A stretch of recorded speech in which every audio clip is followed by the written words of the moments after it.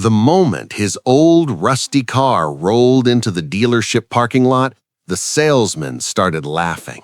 Not quietly either. They pointed, whispered, and joked as the engine rattled to a stop like it might fall apart at any second. To them, he looked like just another guy who wandered in to window shop cars he could never afford. But what they didn't know was that the quiet man stepping out of that worn-out sedan was about to make a decision that would leave the entire dealership stunned.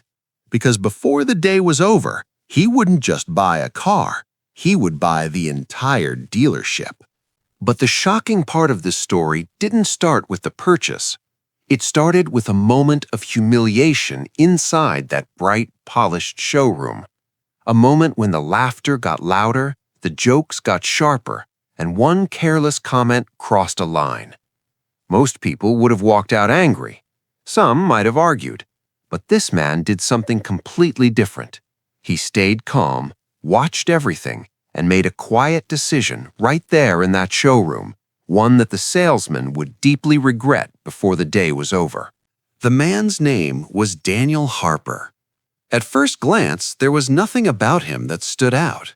He looked like someone you might pass on the street without noticing. Mid-50s, calm expression, slightly graying hair, and the kind of quiet presence that didn't demand attention. He wore a simple button-down shirt, faded jeans, and a pair of worn leather boots that had clearly been used for years. And the car he drove? It was a 20-year-old sedan with chipped paint, a cracked dashboard, and an engine that rattled every time it started.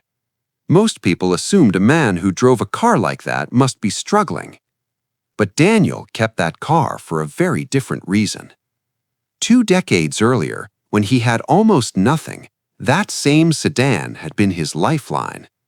Back then, Daniel was trying to build a tiny logistics company from the ground up. He worked 16 hours a day, delivering packages himself, driving from warehouse to warehouse, barely making enough to keep the business alive. That car carried him through every long night, every risky decision, and every moment when failure felt just one step away. Over the years, the company slowly grew. Then it exploded. What no one at the dealership realized was that Daniel Harper was now the founder and CEO of one of the fastest-growing logistics companies in the country. And the quiet man stepping out of that old sedan was worth hundreds of millions of dollars. Daniel stepped into the dealership showroom, and the atmosphere changed almost immediately. The space was bright and spotless, filled with the shine of brand-new cars lined up under polished lights. Salesmen stood in small groups near the front desk, chatting casually while waiting for customers. One of them noticed Daniel first. His eyes moved from Daniel's worn boots to his simple clothes, and then through the glass doors toward the old sedan parked outside. A smirk slowly formed on his face. "Hey, man," the salesman called out, loud enough for the others to hear.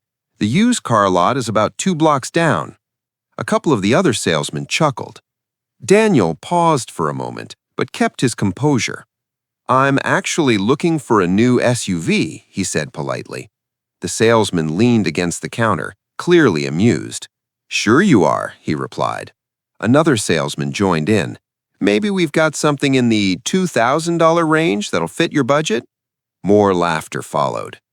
Daniel stood there quietly for a second. Then he repeated calmly and respectfully, "I'd like to take a look at your new models." Daniel began walking slowly through the showroom, examining the rows of polished vehicles. Luxury SUVs, sleek sedans, and high-end models gleamed under the bright showroom lights. Normally, when a customer walked in, salesmen would rush over, eager to make a sale. But not this time. No one approached him. Instead, the employees stayed near the front desk, occasionally glancing in his direction and whispering to each other.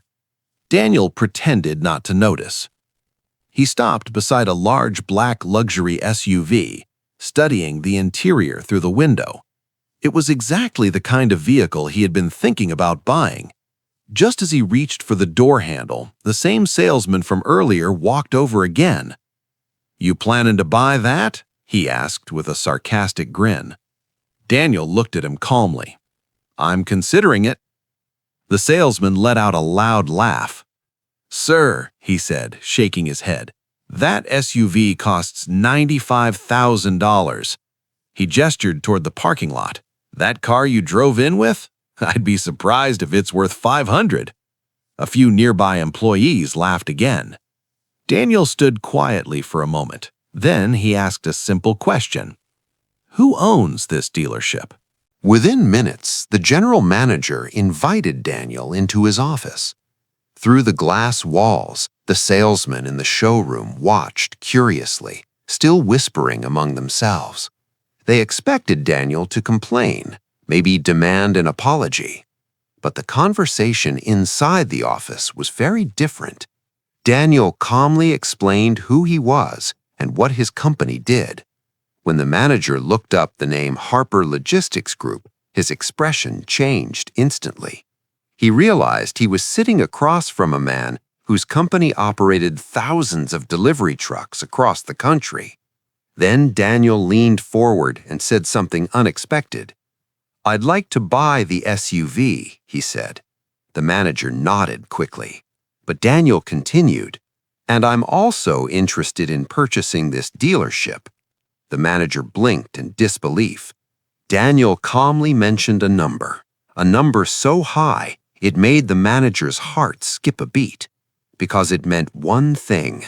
Daniel Harper wasn't joking. He could buy the entire dealership right now.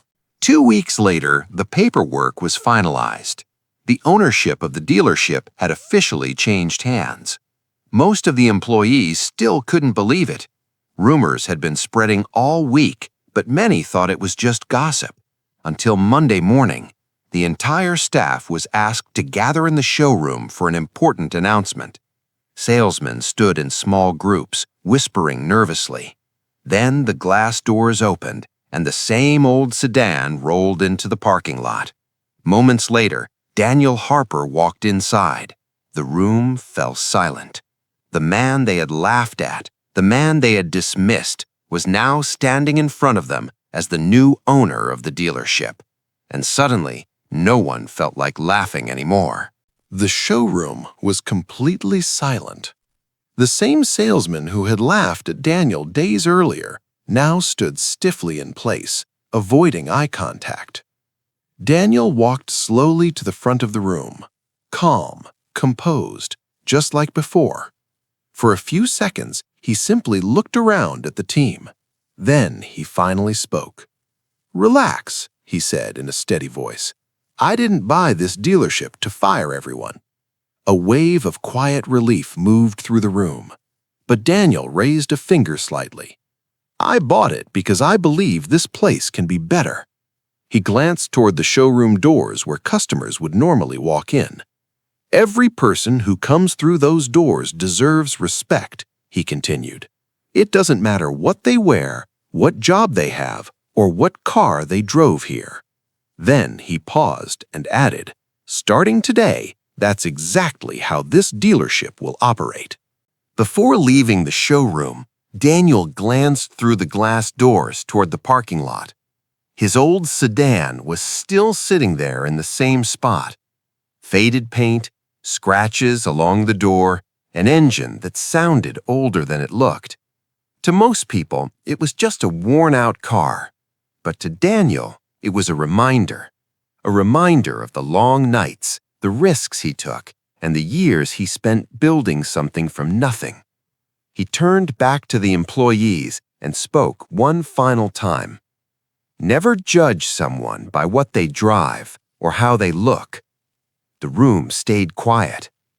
"Because the person you laugh at today," Daniel continued calmly, "might be someone who built something you can't see yet."